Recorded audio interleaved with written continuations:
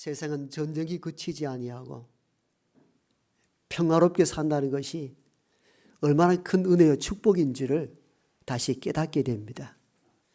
2차 세계전쟁이 그치고 80년이 되었습니다.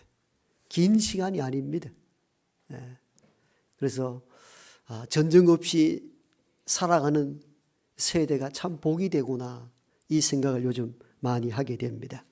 세계적인 전쟁은 그치지 아니하고 또 국가적으로는 여러 가지로 지표상으로 보면 큰 위기 속에 있으며, 특별히 나라와 민족을 살릴 교회조차도 큰 어려움에 봉착해 있고, 수치상으로 드러난 한국 교회 위기는 생각 이상으로 큰 어려움에 있다는 것을 우리가 인지하고 살아갑니다.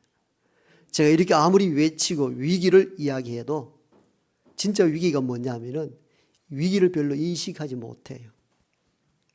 그냥 좀 힘 좀 쓰라 하는구나, 그렇게 생각하시는데, 실제적으로 수치상을 들여다보면은 매우 심각한 상황에 놓여 있기도 합니다. 그 지난해 한국 목회 데이터 연구소에서 내놓은 자료를 살펴보면은 그 심각성을 우리가 인식하게 됩니다. 첫 번째 자료 한번 보실까요? 2024년도 한국 전체 기독교 인구가 828만 명입니다. 전 인구의 한 16%가 되고, 앞으로 20년 이후 한 50년대 들어가면은 얼마나 떨어지는가 하면은 500만 명, 560만 명으로. 이 500만 명이라는 숫자 속에는 이단들이 포함된 숫자입니다. 이단들을 보편적으로 통계학자들은 200에서 300만을 보는데, 이 300명 빼면은 얼마 남을까요? 정통 기독교인들이 한 300만쯤으로 추산합니다. 앞으로 한 25년 뒤에, 50년대. 한때 우리는 1200만, 그리고 한 20%, 25% 얘기를 했는데 앞으로 10%대로 떨어지는데, 그 시기가 아주 가까이 와 있다는 것. 두 번째 자료 한번 볼까요? 두 번째 자료 넘겨주시면 고맙겠습니다. 이 표는 연령대별 기독교 인구 분포도입니다. 여러분 왼쪽에입니까? 보시면은 주황색 나타난 부분이 10대, 20대가 24년도에 14.7%였는데 앞으로 20년 이후 50년도 되면은 12.5%로 감소되고, 가장 파란색이 있는 오른쪽 부분들 있죠? 그 부분들은 60대 이상 기독교 인구 분포도인데, 지금 28.9가 약 30% 되는데 2050년도 되면은 40%, 43.9니까 그냥 50% 육박합니다. 그러니까 우리 교회만 어르신이 많아지는 게 아니고 한국의 모든 교회들이 60대 이상이 거의 반을 차지하게 되고 10대들은 거의 10%대로 떨어지게 됩니다. 심각한 상황임을 인식하게 되고, 어른 세대가 많고 젊은 세대가 없다는 그 얘기는 미래 교회가 어둡다는 것을 의미하기도 합니다. 이런 가운데 있는데 특히 대구 경북 지역별로 기독교 인구 분포도를 살펴볼까요? 저 주황색 빛나는 부분들은 서울, 경기, 인천, 수도권입니다. 그래도 수도권은 당분간 견디게 될 겁니다. 지금도 수도권은 상당한 프로테이지를 차지하는데 60%가 넘죠. 앞으로 2050년도가 되면은 거의 70%가 수도권에 기독교인이 머물고 있고, 대구 경북은 끝에서 오른쪽에서 세 번째 그 새파란 줄 있죠. 지금은 한 6%대 2050년대 되면은 4%가 된다고 합니다. 거의 기독교 불모 지역이 우리가 몸담고 있는 지역이라는 통계이기도 합니다.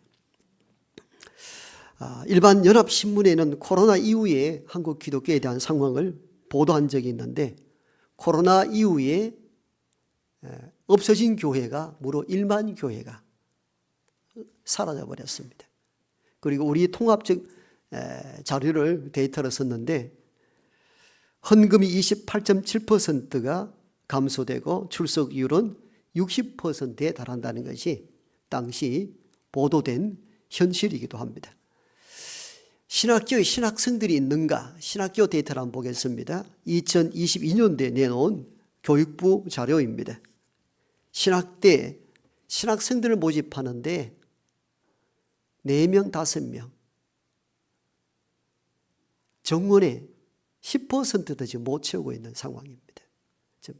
실제 학교를 가보니까 겨우 모아져 있는 분들도 50대, 60대 여성분들이 많더라고요. 심각한. 그러니까 앞으로 10년, 20년 뒤가 되면은 목회자 수급에 상당한 애로사항이 도래한다는 것을 저 자료가 보여주고 있습니다.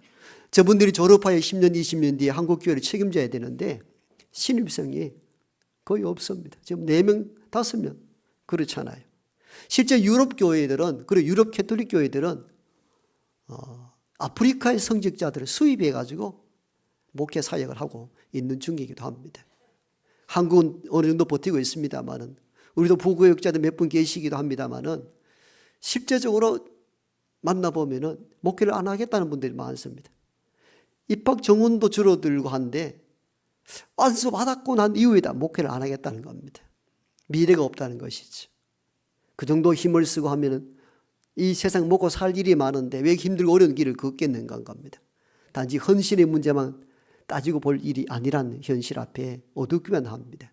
저게 지금 신학대학의 현실이기도 합니다. 그러면 기독교가 가장 강한 나라가 미국이죠. 유럽은 이미 오래전에 무너졌고, 그래도 미국은 버티고 있는데 미국 기독교 상황도 만만치 않습니다. 2007년도에 미국 기독교 인구가 78%였는데 2003년도 자료에 보면 62%, 상당하게 침체하고 있다는 것을 우리가 볼 수가 있습니다. 여러 원인이 있습니다만 저출산, 고령화, 탈종교화 이런 부분으로 진단하고 있습니다만은, 수적 감소를 왜 데이터상으로 보여주는가 하면은 우리가 갖고 있는 위기들을 그냥 목사님 정신 차리라고 하는 얘기겠지, 그게 아니고 현실, 실제 데이터 때문입니다. 수적 감소했다는 그 의미는 기독교가 위기에 도래했다는 신호를 보여주는 것이죠. 신호가 올 때에 감지를 해야 되거든요. 그런데 저는 이 데이터를 분석하고 또 성경 읽으면서 진짜 기독교의 근원적인 위기가 수적 감소로 왔다면 수적 감소의 진정한 의미가 무엇인가? 오히려 본질의 위기가 다른 데 있지 않는가 하는 생각입니다. 어떤 위기로 봐야 되는가? 이를 어떻게 봐야 되는가? 이는 바로 신앙이 경직화되고 형식화되어 가는 것, 이게 가장 큰 오늘의 위기라 이렇게 볼 수가 있습니다. 중세교회 때는 기독교 2000년 역사 가운데 가장 부흥했던 때입니다. 가장 기독교 인구가 많았습니다. 16세기 유럽 기독교 인구가 1억에서 1억 5천만 명이 되었고요. 서유럽 국가의 95%가 기독교 신자였습니다. 기독교 신자가 가장 많았고 수입재정도 넉넉했던 시대가 중세교회 때인데, 모두가 부러워했던 그때가 종교개혁자 루터의 눈에 의해서는 가장 기독교의 위기의 때로 봤습니다. 그래서 종교개혁을 단행하게 된 것입니다. 숫자적으로 높아지고 모든 것이 넉넉한데 왜 위기로 봤을까요?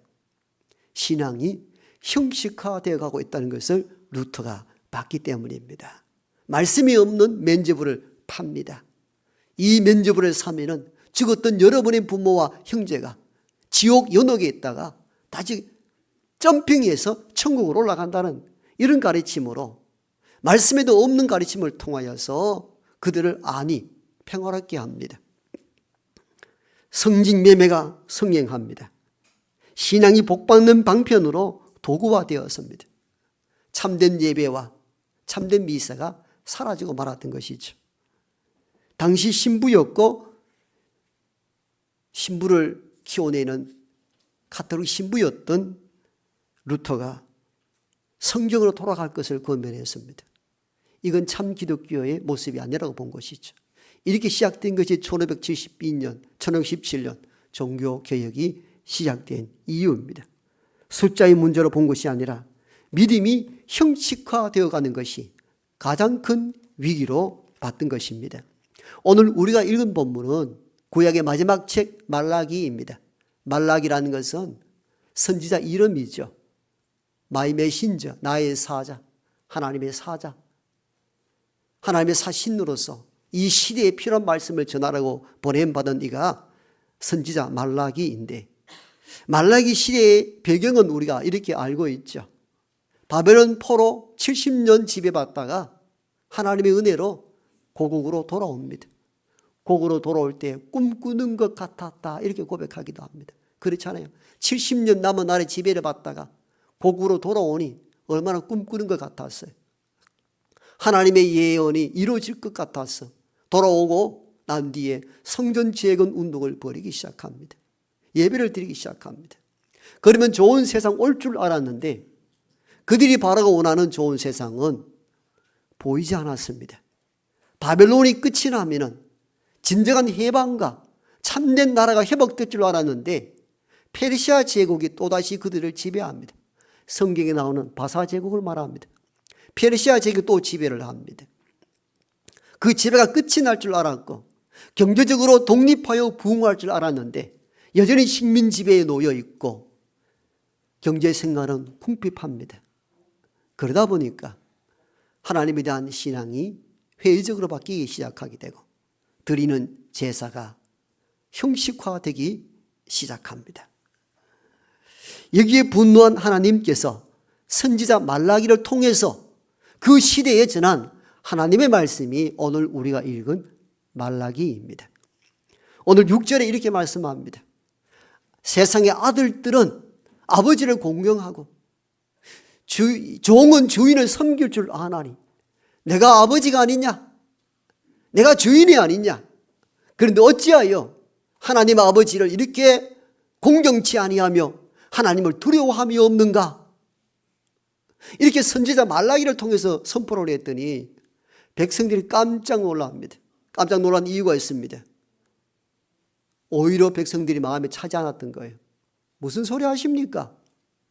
우리가 궁핍한 가운데 날마다 제사를 드리고 짐승 잡아 예물을 드리지 않았습니까? 언제 우리가 공경치 않았습니까? 왜? 그들은 날마다 그렇게 드렸거든요. 날마다 제사를 드리고 경제적 어려움 가운데서 제물을 잡아서 드렸는데 하나님이 이렇게 말씀하십니다. 아들은 아버지를 공경할 줄 알고 종은 주인을 섬길 줄 아는데 내가 아버지가 아니며 내가 세상의 주인이 아니냐? 그런데 어찌하여 너희들은 나 하나님을 공경치 아니하냐? 그랬더니 백성들이 무슨 말씀하십니까? 이렇게 배고프고 이렇게 궁핍한 가운데서도 날마다 짐승을 잡아 제물 드리지 않았느냐고. 언제 우리가 공경치 않게 되었느냐고. 그러자 하나님께서는 말라기를 통하여 다시 말씀합니다. 그게 7절과 8절입니다. 이 백성들아, 더러운 떡을 나의 제단에 드리고 병들고 젖는 것을 드리면서도 나를 공경한다 하느냐? 그러한 것을 너희 총독들에게도 갖다 주어봐라. 그걸 기뻐 받으시겠는가? 무슨 말씀인지 이해가 되시지요? 원래 구약 제사 때의 제물은 흠이 없어야 합니다. 양과 소를 잡아드릴 때 병이 들었거나 다리가 부러져서 걷지 못하는 짐승들은 온전한 제물이 될 수 없었습니다. 그런데 말라기 시대 때의 유대인들은 좋은 건 시장에 갖다 팔고 자기 생계를 꾸리는 데 사용하고 병들고 절어서 쓸모도 없는 것 짐승을 잡아다가 제사를 드리면서 우리가 할 도리를 다 했다 했던 시대가 말라기 시대 유대인들의 제사 풍습이었습니다. 율법에 따라 제사를 드리긴 드렸어도 혹시 안 드리면 벌 받을까 하는 두려움 때문에 겨우 제사를 드렸지만도 하나님에 대한 공경이 하나도 없는 헛된 제사. 그래서 오늘 본문 말씀합니다. 그런 헛된 제사, 제물을 드리지 않도록 성전문을 닫을 자가 누가 있었으면 좋겠다. 이렇게 말씀할 정도로 타락된 제사가 그 당시에 있었음을 우리가 보게 됩니다. 감사 없는 예배, 형식적인 제사, 하나님 그런 제사를 원치 않았던 것입니다. 말라기 시대 때에 모두가 하나님을 섬긴다 말하는 숫자가 많았습니다. 날마다 제사하는 예배의 숫자가 횟수가 상당수가 되었습니다. 불구하고 하나님이 그 예배를 받지 않겠다는 그 의미는 그들이 드리는 제사가 형식적인 거짓된 예배였기 때문입니다. 은혜와 감사와 감격이 빠졌습니다. 온 마음과 정성을 다한 예배가 아니었습니다. 그래서 하나님은 말라기를 통하여 그 말씀을 선포한 것입니다. 성전문을 닫았으면 좋겠다. 헛된 제사를 더 이상 나에게 드리지 말아라. 나는 그런 제사에 배가 이미 불렀다. 얼마나 아픈 이야기인지 모릅니다. 말라기 시대 때는 유대인들은 다 제사에 참석하고 매번 제사를 드렸으나 오히려 하나님의 분노만 쌓아갔던 것을 우리가 본문을 통하여 깨닫게 됩니다. 그러면서 오늘 한국교회 위기를 생각하면서 우리 위기는 어디로 돌아야 하는가, 이걸 다시 돌아보게 됩니다. 결국은 본질로 돌아가지 않고는 위기가 극복되지 못한다는 사실을 우리 모두가 깨달아야 합니다. 초기 기독교는 아주 소수였습니다. 로마 지배 아래에 있던 유대인들이 500만에서 600만, 망이 700만이 되는데 그때 기독교 인구가 얼마 있는가? 1만에서 2만 사이였습니다. 그러니까 유대인 500만 명 중에 1%도 되지 않았던 이가 초기 기독교 인구였습니다. 아주 미미하고 작았습니다. 그런데 그들은 마가다락방에 모여서 온 힘을 다하여 기도하고 성령이 임재하고 나가서 복음을 전하고 그리고 내 있는 재산을 내어놓고 필요한 대로 함께 나누었습니다. 여러분, 진정한 예배가 있었고 간절하고 절박한 기도가 있었으며 나눔이 있었던 데가 초기 기독교 교회의 원형이었습니다. 숫자가 아니라 본질적으로 참된 그리스도인의 모임이었던 것이죠. 그러한 그 작은 공동체가 세상을 뒤집는 역사를 일으키신 것입니다. 왜? 참되고 본질된 곳에 주의 영이 임하기 때문입니다. 그들은 그 작은 숫자로서 세상의 박해와 위협 앞에서 굴하지 아니하고 그 위기를 극복했던 힘이 숫자의 힘에서 나온 것이 아니라 주님을 사랑하는 본질적인 믿음의 회복에서 일어났던 것입니다. 그러면서 오늘날 한국교회를 바라보면서 우리의 예배는 어떠한가를 되돌아보셔야 됩니다. 감동이 있는 예배입니까? 온 마음과 정성을 다한 예배이십니까? 말라기 시대 때 유대인들처럼 1시간 예배 드리면 내 할 일 다 했다라고 그냥 아무 의미 없이 감사와 감격도 없이 예배를 드리는가? 저와 여러분들은 지금 하나님 앞에 서 있는 것입니다. 보이지 아니하나 이 예배 가운데 함께 하시는 하나님 앞에 예배를 드린다는 것을 잊지 말아야 합니다. 그러므로 우리는 마음을 단정히 하고 꼿꼿이 하여 여호와를 바라보며 간절한 마음과 심정으로 참으로 예배하는 거룩한 마음들이 회복되어야 합니다. 하나님은 이 예배를 받으시기 때문입니다. 기도할 때 간절함과 절박함이 있으신가요? 그냥 시간 때우기 위하여 기도에 참석하시는가요? 이거는 근본적 본질이 다릅니다. 형식적으로 예배의 시간, 기도의 시간 가지지만도 그 안에 절박함과 하나님 우리의 기도를 들으셔야 됩니다. 우리 힘으로 할 수 없습니다. 그런 간절함이 담겨있는 기도를 들어본 적이 있는가? 우리는 이 자문을 해야 합니다. 저는 제 어릴 적 기억으로 시골 교회에서 기도해야 할 때 또 산기도 따라갈 때 보면은 절박하고 간절하게 그들은 기도에 대한 방법을 잘 몰랐고 기도의 본질을 잘 알지 못했으며 성령을 잘 이해하지 못했으나 하나님이 도우지 아니하면 안 된다는 절박하고 간절한 심정으로 기도드렸던 것들을 이해한다면 지금 우리의 기도는 어떠한가를 돌아보셔야 됩니다. 다 형식화 되어가고 있지 않는가? 이 안타까움이 있는 것이죠. 헌신 없는 신앙, 공동체보다 개인을 우선시하는 개인주의, 하나님보다 세상을 좋아하는 세속주의, 여러분 이 모든 것들이 오늘의 위기의 근원지임을 잊지 말아야 됩니다. 이런 처방이 없이 부흥을 기대한다. 가능하지 않습니다. 그리고 우리가 부흥에 대한 이해 개념도 새로 이해해야 됩니다. 부흥이라는 원래 이 의미는 말씀을 통하여 심령의 회복이 일어나는 것, 강박했던 내 심령이 부드러워지고 메말랐던 내 마음이 여호와를 향하는 뜨거운 열정, 믿음의 회복이 리바이벌, 부흥입니다. 부흥을 숫자적 증거로만 이해하는 것 자체가 굉장히 위험한 인식이며, 이러한 태도로는 위기를 절대 극복할 수 없다는 사실을 깨닫는 저와 여러분 되기를 원합니다. 믿음 가운데 살아갈 때 형제 사랑이 있으신가요? 하나님을 사랑한다 하며 예배드리지만도 이웃을 사랑치 않는 것은 하나님을 사랑치 않는 것에 불과하다는 사실을 잊지 말아야 됩니다. 오랜 믿음 생활 이후에도 믿음으로 통하여서 인격의 변화가 없다면 이 또한 우리를 돌아봐야 될 위기의 모습들입니다. 베드로후서에서는 여러분 믿음에 덕을 더하라 하셨습니다. 믿음만 말하지 말고 예수의 성품, 신의 성품을 닮아가도록 하라는 것입니다. 이게 믿음 위에 덕을 더하라는 것입니다. 이 모든 것이 오늘의 위기의 근원지입니다. 우리가 아이들 키우다 보면요, 갑자기 열이 40도까지 올라갈 때가 있잖아요. 그 수치의 변화가 있다는 것은 즉 정상에서 너무 높다거나 너무 낮다면은 수치를 통해서는 위험을 감지하는 거죠. 기독교의 수치의 변화가 왔다는 것은 위험에 대한 신호를 보낸 것이죠. 그런데 우리는 한때 의학적으로나 병 치료받을 길이 없어서 뭐 얼음 찜질하고 이렇게 해서 열을 낮추기도 하잖아요. 그건 임시 방편에 불과합니다. 본질적으로 열이 어떤 의도에서 이 애가 열이 나서 문제가 생겼는지 정확히 진단하고 그 부분에 치료해야 열이 떨어지는 것이죠.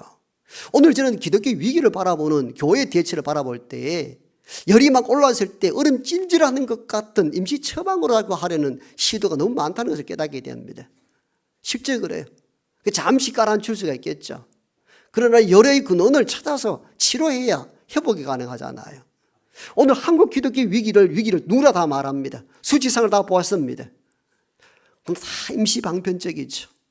얼음 찜질하는 것과 불과합니다. 사실은 하나님 앞에 본질이 회복되어야 됩니다. 예배가 회복되어야 됩니다. 저와 여러분 예배가 회복돼야 됩니다. 온 마음과 정성과 힘을 다하여 드리는 이 예배가 회복되어야 합니다. 이 예배가 내 생애에 있어서 마지막일 수 있으며 다시 없을 마지막 예배인다는 늘 인식을 갖고 온 마음과 정성을 다하여 예배하는 예배자가 먼저 되어야 합니다. 기도 드릴 때에 하나님 없이는 절대 이 일을 감당할 수 없습니다. 이 절박함과 간절함이 담긴 기도가 우리에게 있어야 합니다. 이 간절함과 간구가 없는데 어찌 하나님의 은혜의 역사가 임할 수 있겠습니까? 다 형식화되어 가는 것이 가장 큰 위기의 본질이기도 합니다. 문제가 발생하고 어려울 때에 세상을 붙잡는 것이 아니라 하나님 붙잡고 나가야 합니다. 그래야 위기가 극복이 가능합니다. 하나님을 사랑하듯 이웃들, 교우들 사랑해야 합니다. 이 사랑 없이 어떻게 교회가 위기 극복이 가능하겠습니까? 세상의 빛으로 소금으로 살아야 합니다. 세상의 어두운 곳에 내가 들어가 빛을 내므로 어둠을 몰아내야 되고, 세상이 살맛 없이 살아가는 이들에게 소금으로 녹아져서 세상을 살맛나게 해야 되는 이들도 바로 빛과 소금으로 부른 저와 여러분이 감당해야 될 일이며, 이 일을 감당할 때에 기독교의 근원적 위기가 극복될 수가 있음을 깨달아야 됩니다. 오늘은 무엇이 위기인지 모르고 우리는 살아갑니다. 그러나 앞으로 1, 20년 뒤가 되면은 교회가 어떻게 될까 하는 염려가 여러분들도 있고 제게도 있습니다. 그러나 위기에 대한 처방이 임시방편적, 열 오른 아이에게 얼음팩 찜질로서는 가능하지 않습니다. 본질로 돌아가야 됩니다. 루터가 중세교회 때에 오직 성경이라는 말씀의 의미는 무엇입니까? 형식화된 모든 신앙의 구조를 벗어던지고 말씀으로 다시 돌아갈 때 회복이 가능하고 위기 극복이 가능하다고 봤기 때문에 오직 성경, 오직 은혜, 오직 믿음이라 한 것입니다.